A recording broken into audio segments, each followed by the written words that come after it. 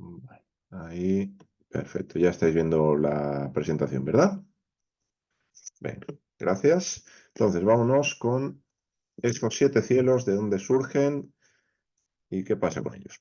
Aquí tenemos, perdonad, aquí.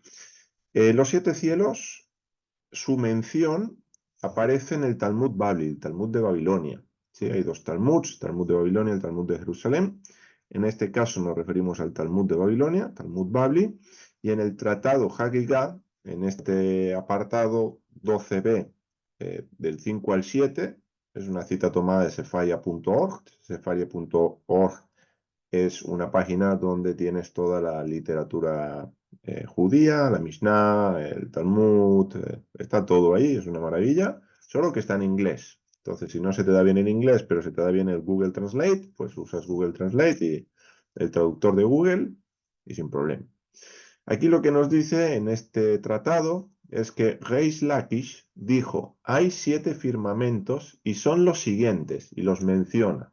Bilón, Raquía, Shehakim, Zebul, Maón, Mahón y Agabot. Aquí es lo que tenemos escrito en hebreo, lo mismo, ¿vale? Y los nombres de cada uno de los cielos, según Reish Lakish, aquí. Dice Bilón, Raquía, Shehakim, Zebul, Maón, Mahón y Agabot. Aquí están los 7 cielos. Bien, desde aquí en hebreo hasta aquí. Ahora, vamos a ver dónde efectivamente las palabras, es decir, estos nombres, sí van a aparecer en el texto bíblico. Y luego vamos a ver cómo a veces se utilizan como sinónimos y por tanto no podríamos hablar en un sentido absoluto de 7, pero las 7 palabras están. Entonces, la Gemagá va a explicar el papel de cada firmamento. Si alguien no sabe lo que es la Gemagá, pues muy sencillo. La Gemagá es un componente esencial del Talmud que comprende una colección de análisis y comentarios rabínicos sobre la Mishnah. La Mishnah es una colección de tradiciones orales que en el siglo II después de Cristo aproximadamente se ponen por escrito. Bien, entonces la Gemara es un comentario a la Mishnah. Entonces, cuando sumas la Gemara más la Mishnah, lo que tienes es el Talmud, básicamente. Entonces, siendo la Mishnah el texto base y la Gemara, como dice aquí, el comentario y análisis que lo completa. De hecho, la palabra Gemara creo que viene de ahí, de completar. ¿De acuerdo? Entonces, básicamente esto es la Gemara y en la Gemara explica cada uno de estos 7 cielos que contiene. Y en algunos casos la función también. Entonces, la Gemara explica que el papel de Bilón es básicamente el cielo azul, es decir, lo que nosotros vemos, donde vuelan los pájaros, y la palabra Bilón sí aparece, por ejemplo, en esta cita, Isaías 40:22. ¿Bien? Desde esta perspectiva, el cielo azul sería lo que nosotros ya estuvimos viendo en la clase pasada como el primer cielo. ¿Bien? Que era el cielo donde estaban las aves. Esto lo comentamos también la semana pasada. Luego tenemos Raquía. Raquía es la palabra hebrea que tenemos en Génesis, que luego se le llama Shamaim, se llama los cielos. Entonces, dice la Gemara que ese es el espacio, donde está el sol, la luna, los astros, los planetas, y esto lo tienes Génesis 1:17. Por lo tanto, tendríamos primer cielo, según lo que veníamos viendo, segundo cielo, porque la palabra cielo en hebreo era un dual. Hablábamos de Shamayim, y por lo tanto aquí tendríamos nuestros 2 cielos, que ya los hablamos. ¿Bien? Ahora, Shehakim dice que es donde está el maná. El maná, el man en hebreo, que Dios hizo llover para los hijos de Israel en el desierto, y aquí está la cita, el Salmo 78, versos 23 y 24, aquí aparece la palabra Shehakim. Entonces dice que ahí es el cielo donde tenemos el maná. Zebul, pues sería la Jerusalén y templo celestial, la Jerusalén celestial y el templo celestial. Zebul. Y la palabra aparece en estas citas, el primer libro de los Reyes, capítulo 8, verso 13, también en Isaías 63, 15. Bien, ahora fijaros que aquí ya empezaríamos a ver una diferencia con lo que Pablo nos está diciendo, de que el tercer cielo es el paraíso, y el paraíso entendido como la Nueva Jerusalén también según Apocalipsis. Por lo tanto, aquí ya nos hablaría de aquí que no tendríamos, bueno, tendríamos ese tercer cielo, pero que ese tercer cielo ya es la morada de Dios. Lo digo por lo que vamos a ver a continuación con el resto de cielos. Mahón aparece aquí, Salmo 26, 8 y 42, 9, dice que es donde está un coro de ángeles cantando, dice que cantan de noche y que de día se callan, ¿para qué? Para que Israel cante. Entonces, para no interrumpir los cánticos de Israel durante el día, solo cantan de noche. Luego tenemos Mahón, que es donde están los depósitos de la nieve, el granizo, los vientos, el fuego, y aquí tenemos varias citas, ¿bien? Y luego tenemos a Gabot como el lugar de la presencia divina. Entonces, fijaros cómo separa Zebul, dice que está Jerusalén y el templo, pero la presencia la pone en Agabot, en el séptimo cielo, que sería el cielo más elevado de todos. Entonces, como os comentaba, la presencia divina la tenemos también aquí en el Zebul. Y por lo tanto, aunque tenemos las 7 palabras, algunas de ellas son sinónimas y van a expresar una misma realidad. ¿Sí? Así que no hablaríamos, desde mi consideración, tanto de 7 cielos, sino ciertamente de 7 maneras de nombrar a los 3 cielos que sí hay. ¿Sí? Hay un matiz importante ahí, pero creo que vale la pena. Tenemos 3 cielos y 7 maneras a los que se le llama a estos cielos, y dentro de uno de ellos tenemos como varias partes donde estaría todo. No sería necesario esa escala, básicamente porque si miráis las citas, yo os las aporto para que luego no tomar mucho tiempo aquí y podamos avanzar, pero siempre os aporto las citas para que luego las miréis. Entonces, si veis estas citas, vais a ver que en algunos casos son términos que se utilizan para expresar el tercer cielo, la realidad donde está Dios, en el plano espiritual, en el plano celestial, y todo lo que tenemos aquí. Pensemos también que la Biblia nos habla de que delante del trono están los ángeles cantando. Entonces no los pone en un cielo aparte, los pone en el mismo cielo. Así que 7 maneras de nombrar a los 3 cielos. Sería una buena forma de resumir esto. Bien, porque expresan al fin y al cabo la misma realidad. Bien. Luego, si hay alguna pregunta sobre esto, recordar que al final de la clase tendremos tiempo para ello. Vamos ahora a continuar con el tercer cielo de Pablo, el paraíso, y por qué Pablo nos puede hablar de ese tercer cielo, de dónde puede surgirle la idea a Pablo, según, obviamente, la Biblia hebrea. Bien, pues aquí lo dejamos la última vez. Espero que se cargue, ahí está.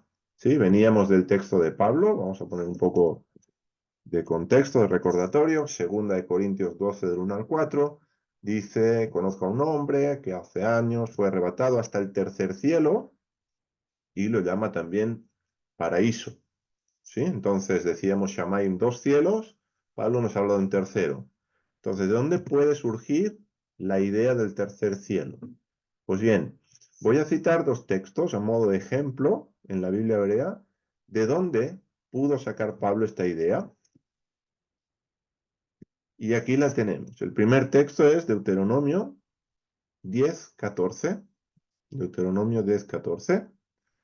Y dice, he aquí, de Adonai tu Dios son los cielos, los Shamaim, fijaros aquí la palabra hebrea, Ashamaim, los cielos, y habla ahora de los cielos de los cielos, es decir, Ushmei Ashamaim. Ushmei sería, y los cielos de Ashamaim, los cielos. Y luego continúa con la tierra y todo lo que hay en ella. Aretz Bechol Asher Bach. Entonces, Ashamaim, Ushmei Ashamaim. los cielos de los cielos. Estos cielos de los cielos sería la idea de donde surgiría este tercer cielo. Y lo vamos a ver después del texto que te voy a compartir ahora con una imagen para explicarlo. ¿Bien? Pero antes leamos Nehemías 9:6, la misma idea, las mismas palabras, si os fijáis en hebreo, están también en el texto de Nehemías. Dice, tú eres Adonai, solo tú hiciste los cielos de los cielos y todo su ejército. Beholz Baam. Entonces aquí tenemos Et Hashamayim, Shmei Hashamayim, Beholz Baam. Entonces, Hashamayim, los cielos, lo mismo que ya teníamos. Y Shmei Hashamayim, los cielos de los cielos. Por lo tanto, los Shamayim tienen unos Shamayim por encima. ¿Sí? Están los cielos y los cielos de los cielos. Otras citas donde también se mencionan los cielos de los cielos, para que veáis que tenemos más de 2 testigos. Bueno, son el primer libro de Reyes, capítulo 8, verso 27, segundo libro de las Crónicas, capítulo 2, verso 6, capítulo 6, verso 18, también del mismo libro, y en el libro de los Salmos, capítulo 68, verso 33, tenemos referencias precisamente a esta realidad, los cielos de los cielos, los Shmei Shmayim en hebreo. Pues bien, aquí os pongo una imagen, no sé si recordaréis la que os compartí la semana pasada, donde teníamos, según la cosmología, ¿sí? Cosmología, cómo conciben en el antiguo Próximo Oriente lo que era la creación, pues teníamos la Tierra, era un gráfico parecido a este, y luego decíamos, bueno, aquí tenemos Raquía, el firmamento. Bien, que aquí lo pone en inglés, firmamento, y tenemos un cielo, que es el cielo donde están las aves. ¿Sí? Las aves, las nubes, todo. Bueno, las nubes ya para nosotros, pero recordemos que la lluvia, para la mentalidad del antiguo Próximo Oriente, no estaba aquí, sino que estaba encima de esta cúpula. De esta cúpula de hierro, bueno, pues aquí estaba. Y luego teníamos segundo cielo, que es donde estarían los astros. Y nos dice entonces los textos que hemos leído, Deuteronomio y Nehemías, dice que los Shamayim tienen un Shamayim por encima, con lo cual, si trazamos otro firmamento, fijaros qué está pasando aquí, creamos otra cúpula, entonces tendríamos en esta cúpula, se comparte espacio del segundo cielo, pero hay un tercer cielo, hay un tercer espacio, ¿sí? Aquí hablaríamos del universo, y más allá de la realidad que conocemos, ¿estaría qué? Estaría Dios. Estaría el paraíso, estaría Dios en su trono, en el templo, etcétera, etcétera, en la Nueva Jerusalén. Bueno, la Nueva Jerusalén no tiene templo, pero para entendernos, entonces, aquí tendríamos a Dios en el tercer cielo, en el paraíso. ¿Sí? Básicamente, así podríamos explicar lo de los cielos, y luego, pues, dentro de este espacio es donde tendríamos todo lo demás. Los ángeles, obvio, por debajo de Dios. ¿Sí? Nadie está al mismo plano de Dios, pero sí ocuparían ese mismo lugar o esa misma realidad, que son, o la Biblia llama, los cielos. Así que aquí fijaros qué va a ocurrir, que esto se va a llamar cielos en la Biblia, esto se va a llamar cielos en la Biblia, y esto se va a llamar cielos. Entonces, cuando leemos ciertos textos que dice Dios está sentado o tiene su trono en los cielos, no significa que tiene su trono aquí, ni que tiene su trono aquí, sino que lo tiene aquí. ¿Sí? Entonces, ver esto de esta manera nos va a ayudar a entender otros textos, y especialmente cuando entremos a la interpretación profética, y lo vamos a ver, que la interpretación simbólica nos va a llamar a la interpretación profética, y nos va a ayudar a ver textos de los profetas de otra manera. Y a ver los cielos ya no solo como esta realidad, que habitualmente es la que pensamos, sino como esta otra. Bien, de ahí la confusión habitual en los niños pequeños. Dice, Dios, ¿dónde está? En el cielo. Y miran arriba, al cielo azul. ¿Verdad? Bueno, pues los cielos se le llama a todo. Cielos. Solo que aquí tenemos los cielos de los cielos. Fijaros, ¿qué nos dice Deuteronomio 26:15? Un texto precisamente que hace referencia a lo que os decía hace un momento. Dice, inclínate desde la morada de tu santidad. Fijaros que aquí dice Mimeón. Aquí utilizará la palabra Maón, que si recordáis es uno de los nombres que se le da a uno de los 7 cielos. Bien, de los 7 cielos, no recuerdo si era creo que es el cuarto o el quinto, por ahí se le llama Maón. Creo que es el quinto, Maón, Majón, creo que es el quinto. Entonces, fijaros, dice Maón, pero dice desde los Shamaim. Entonces, desde los Shamaim, es decir, desde los cielos donde Él está, donde Él habita, donde Él tiene su trono, dice, y bendice a tu pueblo, a Israel, y al terreno que nos diste, como juraste nuestros padres, tierra que fluye leche y miel. Así que fijaros cómo desde bien temprano el pueblo de Israel entiende que los cielos son la morada de la santidad, es decir, donde habita Dios, donde habita el Eterno. Bien, ya desde bien temprano hay esa concepción que los cielos no solamente es el cielo azul, no solamente es donde están los astros, sino que hay un espacio llamado cielos donde habita Dios. Salmo 103, verso 19, también nos aporta a este respecto. Nos dice, Adonai en los cielos ha afirmado su trono. Y esto es fundamental, ¿eh? Afirmar el trono en los cielos, ahora hablaremos de ello, y su reino sobre todo domina o domina sobre todo. En hebreo lo tenemos es inverso, entonces aquí nos dice Adonai Bashamayim en los cielos, dice Ejin, entra, a ver, dice Ejin Kisó Umalhutó Behol Mashallah. Y su reino, Umalhutó, Behol, sobre todo, Mashallah, domina. Entonces aquí volvemos como los cielos, los Shamayim, es el lugar donde está el trono de Dios, porque Él lo ha afirmado en este espacio.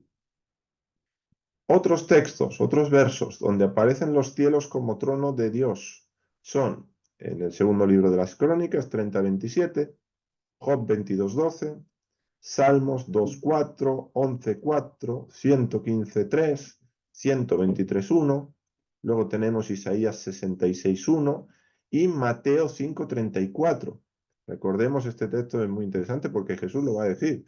Dice, no juréis por el cielo, porque es el trono de Dios. Entonces, Jesús mismo está apuntando a todo lo que ya nos dice la Biblia hebrea. Y nos está diciendo, los cielos es donde Dios tiene su trono establecido. ¿Sí? Y aquí habrá conexiones que podríamos hacer muy interesantes, que tal vez en algún momento podamos desarrollar sobre a qué también se le llama cielos en la Biblia. Así como hicimos con la luz, a qué se le llamaba luz, vamos a ver a qué se le llama cielos y dónde su trono está firmado, porque eso nos va a presentar una realidad muy interesante y posiblemente la semana próxima podamos ver eso. Podamos ver eso. Así que os dejo con ese apunte personal, esta reflexión por un lado. Dice, hay unos cielos que son el lugar donde vuelan las aves, Génesis 1:20, así también como el espacio donde Adonai puso las lumbreras, el sol, la luna y las estrellas, los astros. Por otro lado, hay unos cielos que son el lugar donde habita Adonai, que no es otro lugar que el Gan Eden, el jardín de Edén, y que en Apocalipsis se nos va a mostrar como la nueva Jerusalén. Fijaros que también esa Jerusalén, nueva Jerusalén, Jerusalén celestial, algo que también, una idea que también aparecía en la Gemara, que nos habla donde hay una Jerusalén celestial, donde hay un templo, el templo celestial, y unas realidades que también tenemos y que Moisés, recordemos, construye el Mishkan conforme al modelo que le ha sido mostrado en los cielos. David también, cuando va a construir o hace los planos para que Salomón construya el Beit HaMikdash, el templo, también es una revelación que tiene de los cielos, con lo cual tenemos como varios elementos que nos hablan de esta realidad, que es el lugar al final donde habita Dios, donde habita Adonai. ¿Bien? Ahora, ¿cuál es el propósito de los cielos? Y aquí ya iremos entrando un poquito al ver para qué sirvieron los cielos en el segundo día. Lo vamos a ir uniendo no a los cielos que vemos, sino a los cielos que no vemos, a los cielos donde está Dios. Fijaros, Génesis 1, del 6 al 8, aquí tenéis el texto marcado en negrita, con la palabra en azul destacada, que dice, y sea de separación entre aguas de las aguas, Bihi mabdil bein mayim lamayim, Bihi mabdil bein mayim lamayim, y sea mabdil de separación entre las aguas de las aguas. Para eso Dios hace el firmamento, para separar, y nos lo repite en el verso 7 cuando dice, e hizo el firmamento, y separó, dice, Vayabdel, Bein Amayim Asher Mitachat Lagakia, Ubein Amayim Asher Meal Lagakia. Dice, y separó, Vayabdel, entre las aguas que debajo del firmamento, por lo tanto que había debajo del firmamento, y entre las aguas que había sobre el firmamento. Así que básicamente el propósito es separar. Fijaros cómo aquí tenemos el mismo verbo. Aquí tenemos la bet, la dalet y la lamet. Y aquí tenemos la bet, la dalet y la lamet. Son el mismo verbo, solamente que conjugado de diferente manera. Pero los verbos, todo verbo tiene una raíz habitualmente de 3 letras. Y en este caso las 3 letras que forman la raíz son estas. La bet, la dalet, la lamet, que están en ambos lugares. Y por eso traducimos aquí sea para separar, o sea, de separación. Y aquí y separó.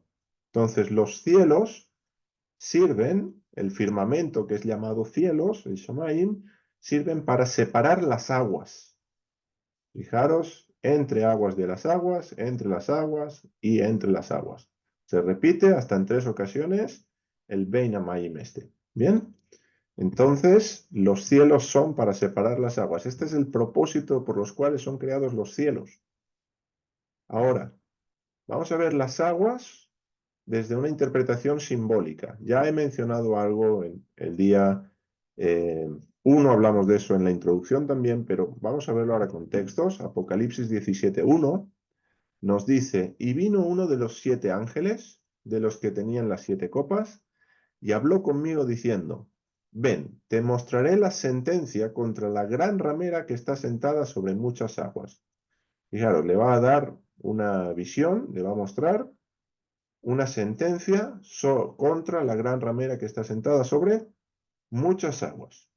Y ese ángel le va a interpretar a Juan esta visión. Le va a decir quién es la ramera, le va a decir quién es la bestia, sobre la que está también la ramera, le va a decir qué son las aguas. Y en especial, y en concreto en este punto, lo vamos a tener en el mismo capítulo, en el verso 15, dice, y me dijo, las aguas que has visto donde la ramera se sienta, fijaros, son pueblos, multitudes, naciones y lenguas. Más claro no puede ser. Las aguas son, representan, obviamente las aguas no son, representan, son un símbolo de pueblos, de multitudes, de naciones y lenguas. ¿Bien? Esta idea de las aguas igual a naciones la tenemos en estos textos. Segundo libro de Samuel 22:17, aparece la misma idea. Salmos 144:7, Isaías capítulo 8, verso 7 y capítulo 17, versos 12 y 13. Tenemos la misma idea, para que veáis que es algo que también aparece en varias ocasiones en la Biblia. Entonces, ¿qué tenemos hasta ahora? Pues vamos a hacer una recapitulación de los contenidos. En primer lugar, tenemos que los cielos, no hablando de los cielos de los primeros Shamaim, sino de los cielos, son el lugar del trono de Dios. Ahí es donde está Dios, donde está su trono. Por lo tanto, desde donde reina, desde donde juzga, desde donde Él gobierna. Luego tenemos, en segundo lugar, que los cielos son hechos para separar las aguas. Esto de manera literal, si entendemos el relato de Génesis, bueno, esto es lo que hemos visto, pero esto lo tenemos de manera también literal, pero entendiendo que los cielos son más, o hay más cielos de los que habitualmente vemos. Y en tercer lugar, hemos hablado de que las aguas representan naciones. Por lo tanto, si tomamos estas tres piezas del puzzle y montamos el puzzle, lo que tenemos es lo siguiente. De ser así, la revelación simbólica de Génesis 1, 6 al 8, es decir, del tercer día de la creación, del segundo día de la creación, es que Dios estableció su trono para separar naciones. Porque Dios afirma los cielos para separar las aguas. Entonces, simbólicamente, Génesis 1, del 6 al 8, nos está hablando del establecimiento del trono de Dios para separar naciones. Esto es lo que tendríamos si leemos simbólicamente ese segundo día. Ahora, ¿esto tiene algún sentido a la luz de la Biblia? Pues vamos a ver la interpretación profética de los cielos. Aquí estamos haciendo una lectura simbólica, pero esta lectura simbólica nos da lugar a entender la profecía que tenemos en el segundo día de la creación. Ya habíamos hablado de la luz, cómo Dios da luz y separa la luz de la oscuridad. ¿Bien? Y donde la oscuridad estaba, sobre las aguas. Ya veremos sobre quién está la luz, que bueno, ya lo vimos de hecho, sobre quién está la luz, que es sobre el pueblo de Dios. Bien, sobre Israel, no sobre el pueblo, porque el pueblo está formado, o Israel está formado no solo de pueblo, sino de rey y pueblo, según la Biblia. ¿Bien? Entonces, vamos a ver la interpretación profética de los cielos. Mateo 25, 31 al 32.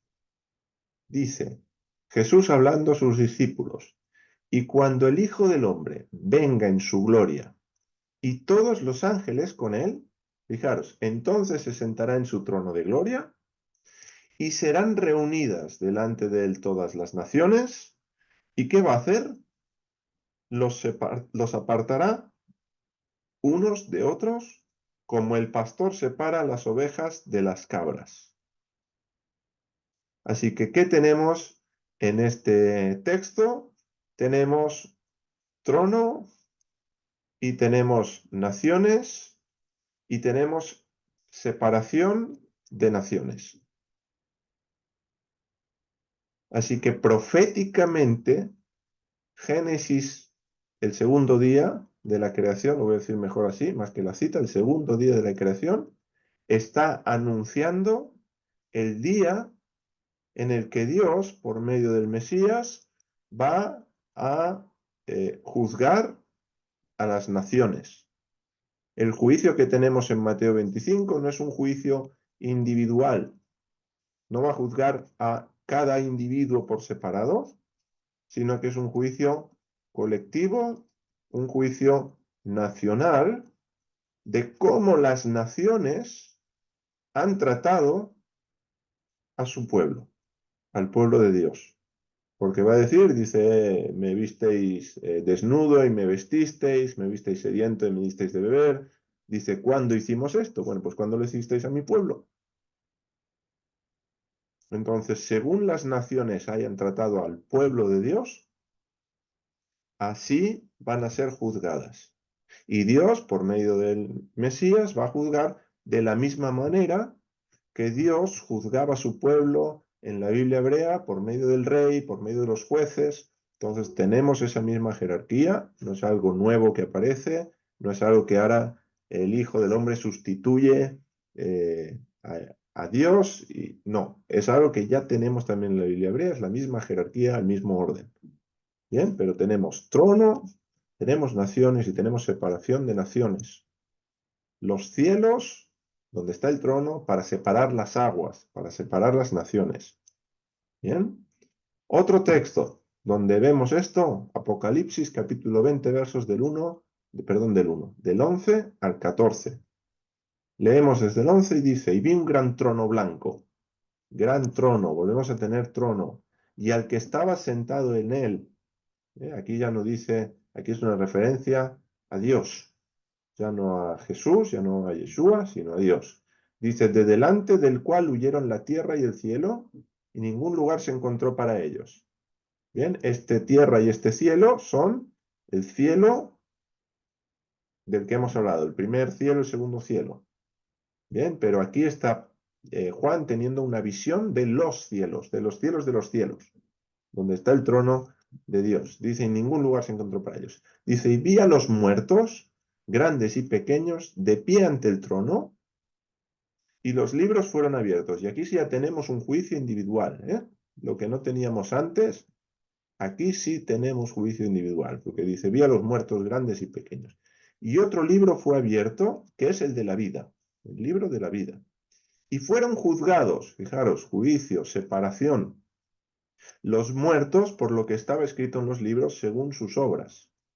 Continúa en el verso 13, dice, y el mar entregó los muertos que había en él, la muerte y el Hades entregaron los muertos que había en ellos, y fueron juzgados cada uno según sus obras, y la muerte y el Hades fueron lanzados al lago de fuego. Esta es la muerte segunda, el lago de fuego. Bien, entonces tenemos de vuelta trono, tenemos gente, todo tipo de gente, de todo lugar, por lo tanto, hablaríamos en este sentido de pueblos, de naciones, de lenguas, pueblos, naciones, lenguas, por lo tanto, hablamos de nuevo de esas aguas simbólicamente y tenemos separación, porque habrá quien, si no está escrito en el libro de la vida, pues va a esta muerte segunda, lago de fuego, y quien tiene su nombre escrito en el libro de la vida, que para dónde va, para la nueva Jerusalén que desciende del cielo a la tierra. Y por lo tanto volvemos a tener el plano celestial, los cielos de los cielos, con esa nueva creación, ya como una realidad unida, como estaba en Génesis al principio, en Génesis 2, antes de que el hombre y la mujer comieran del fruto del conocimiento del buen y del mal. Bien, entonces, de esto trabajaremos también capítulo 2, capítulo 3. Pero ya os doy un spoiler, un adelanto de lo que iremos viendo ahí en ese capítulo. Bien, entonces, como en el segundo día Dios afirmó los cielos para separar las aguas, también afirmó su trono para juzgar a las naciones. Y esto es algo que tiene que llegar. Y hay profecías del valle de Josafat, donde las naciones van a ser reunidas. Podríamos haber visto también esos textos para hablar precisamente de esta misma idea. Hay más textos, no podemos entrar en todos y cada uno, pero el tema va apareciendo en varias partes de el Tanaj, en varias partes de la Biblia. Os dejo con esta reflexión antes de pasar al siguiente punto. Una reflexión sobre el principio de separación para llegar al Shabbat, un principio de separación que ya mencioné también en la luz, pero que completamos ahora con los cielos y la separación de las aguas. Dice, del mismo modo que Dios inició el proceso de restauración, y recordemos que Génesis 1 es este proceso de restauración, separando la luz de la oscuridad y separando las aguas de las aguas. Y esos fueron los primeros pasos para llegar al Shabbat. Mira, así empieza la restauración, separando luz, llamando a la existencia la luz, haciendo el firmamento, pero separando. Una vez tenemos esos elementos, lo que hay que hacer es separar unos de otros. Esto es lo que hace Dios. Y ese es el proceso, el inicio del proceso para llegar al Shabbat. También nosotros debemos hacer esa separación. ¿Qué necesitamos para hacer esa separación? Bueno, necesitamos la luz, que ya habíamos dicho que es la luz de Dios, la luz de la Torá, la luz del Mesías que nos llega para que nosotros ser luz y poder también nosotros, en nosotros, separar la oscuridad, es decir, separar la ignorancia que trae muerte a nuestras vidas. Recordemos que en Deuteronomio Moisés le va a decir a nuestro pueblo, pongo delante de ti la vida y la muerte. Y la vida es una manera de referirse a la obediencia a la Torá. No solo al estudio de la Torá, que es necesario, es fundamental, sino si no hay estudio de la Torá, luego no puede haber obediencia a la Torá. Uno tiene que conocer aquello que va a obedecer. Pero estudiar solamente la Torá sin obedecer aquello que uno estudia y va aprendiendo, pues es peor que no haber tenido Torá. Porque al menos uno alegará ignorancia, pero si uno estudia Torá y no obedece, no puede alegar ignorancia. Entonces, esta luz que nos llega es para separar en nosotros la ignorancia que trae muerte en nuestras vidas. Y luego también necesitamos, así como necesitamos la luz, necesitamos los cielos, el trono de Dios, que sería Dios gobernando nuestras vidas y nuestro pueblo para separar las aguas, es decir, el gobierno de las naciones, el sistema de este mundo. También necesitamos que Dios establezca su trono, su gobierno, su juicio en nuestras vidas, en nuestro pueblo, porque de esa manera también es separado y apartado lo que no pertenece al pueblo de Dios y pertenece a las naciones. Fijaros que una de las advertencias casi continuas de los profetas al pueblo de Israel es que no se mezclaran con las otras naciones, que no hicieran alianzas, porque entonces aprenderían las costumbres de las naciones, porque entonces acabarían en idolatría, y entonces todo eso traería ¿qué? Traería pues desgracia al pueblo.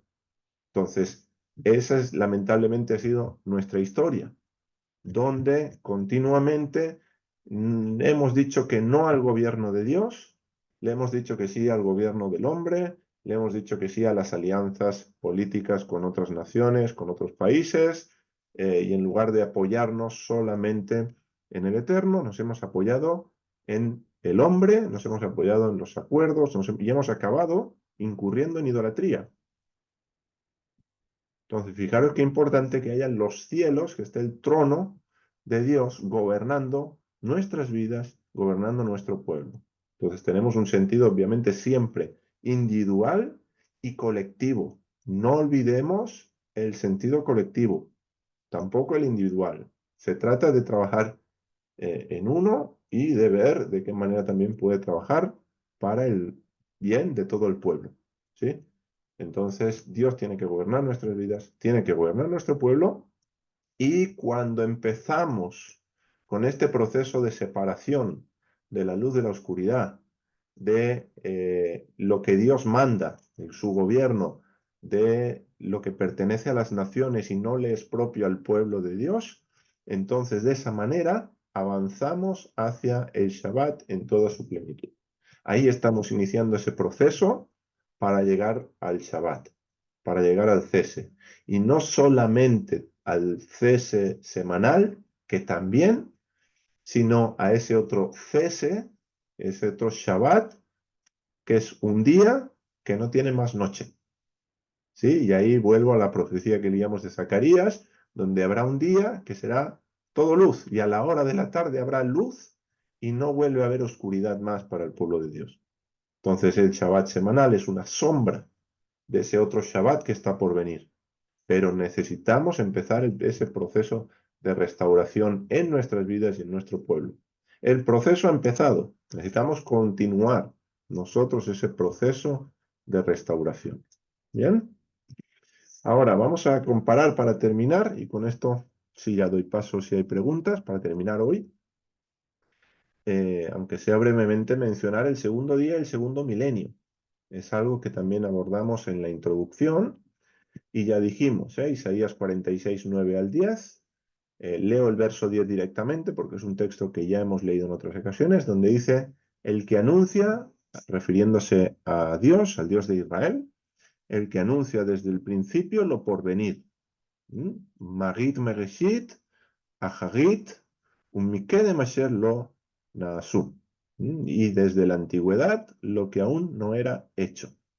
Pues bien, el que anuncia desde el Reshit, desde Génesis, Bereshit, lo porvenir, Aharit Ayamim. Ahí os pasé no sé si todos lo visteis, en la pestaña comunidad del canal de Bienvenido al Origen, está las citas donde se habla de los Aharit Ayamim. Entonces podéis consultar esa pestaña comunidad y para vosotros están todas las citas donde aparece Aharit Ayamim, que significa los últimos días o los últimos tiempos. Entonces, ya habíamos hablado de esa equivalencia de un día 1000 años, 7 días 7000 años, y por lo tanto, el segundo día de la creación va a corresponder al segundo milenio de la historia de la humanidad. Y en este segundo milenio, ¿qué ocurre? Pues es muy significativo, porque lo que ocurre en este segundo milenio, en este día 2, donde en Génesis tenemos la creación de los cielos para separar las aguas de las aguas, en este segundo milenio tenemos al episodio de Noé y el diluvio principalmente, y luego tenemos Babel.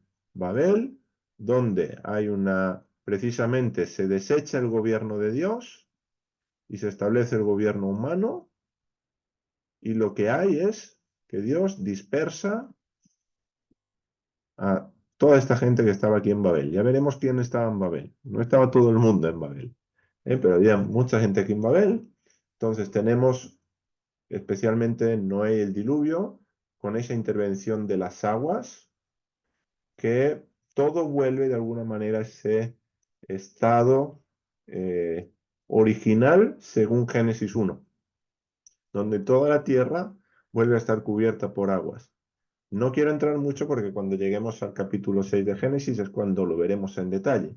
Bien, pero ahí vamos a ver que las compuertas de los cielos se abren, por lo tanto llueve, pero también las fuentes del abismo, es decir, el suelo también se abre y emerge agua hacia arriba, de tal manera que desde arriba hacia abajo y de abajo hacia arriba, todo vuelve a quedar bajo las aguas, bajo las naciones, y tenemos apenas un pequeño remanente en un arca, en una tebá, y es la familia Noé y su familia con los animales.